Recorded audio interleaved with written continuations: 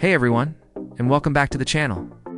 Today, we're embarking on an incredible journey back in time, exploring one of the most influential collections of text in human history.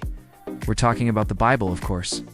But we're not just looking at it as a book of faith. We're diving into the rich, complex, and fascinating history that surrounds its creation and the world it describes. So, where do we even begin? Let's start with the Hebrew Bible, which Christians often call the Old Testament. This isn't a single book written by one person. It's a library, a collection of scrolls containing law, history, poetry, and prophecy, written by numerous authors over hundreds of years. The earliest parts might date back nearly 3,000 years, passed down through oral tradition long before they were ever written on parchment. Imagine ancient scribes meticulously copying these texts by hand. The language they used was primarily ancient Hebrew, with some later sections in Aramaic. These weren't just stories. They were the cultural and historical records of the people of Israel.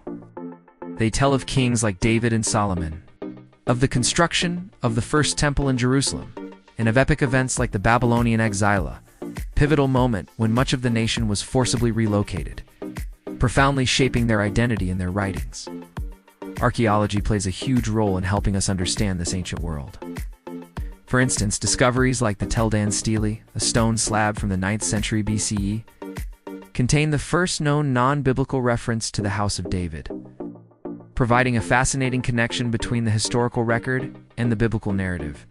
It's like finding a puzzle piece that suddenly makes the bigger picture much clearer. Now let's fast forward several centuries to the time of Jesus, which brings us to the New Testament.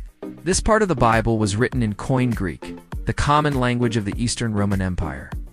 The Gospels, Matthew, Mark, Luke, and John offer distinct perspectives on the life and teachings of Jesus of Nazareth. They weren't written immediately after the events they describe. Scholars believe the Gospel of Mark was likely the first, written around 30 to 40 years later.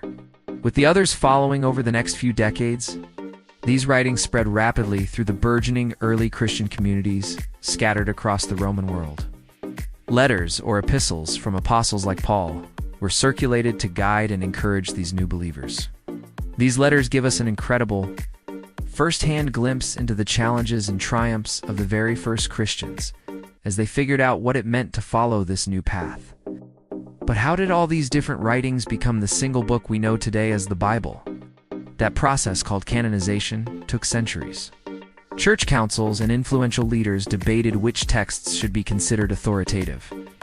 It was a long and complex process, with different traditions sometimes including slightly different books. By around the 4th century CE, the core of the New Testament canon was largely agreed upon in the Western Church. From ancient scrolls in Hebrew and Greek to the printing press, which made the Bible accessible to the masses, its journey through history is as epic as the stories it contains.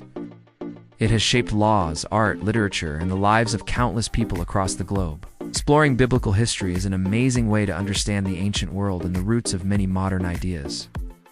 There is so much more to uncover, from the Dead Sea Scrolls to the lives of the early church fathers. What part of this history fascinates you the most? Let me know in the comments below. Thanks so much for joining me on this historical deep dive. If you enjoyed this journey and want to learn more, don't forget to hit that like button and subscribe to the channel so you don't miss our next adventure. See you next time.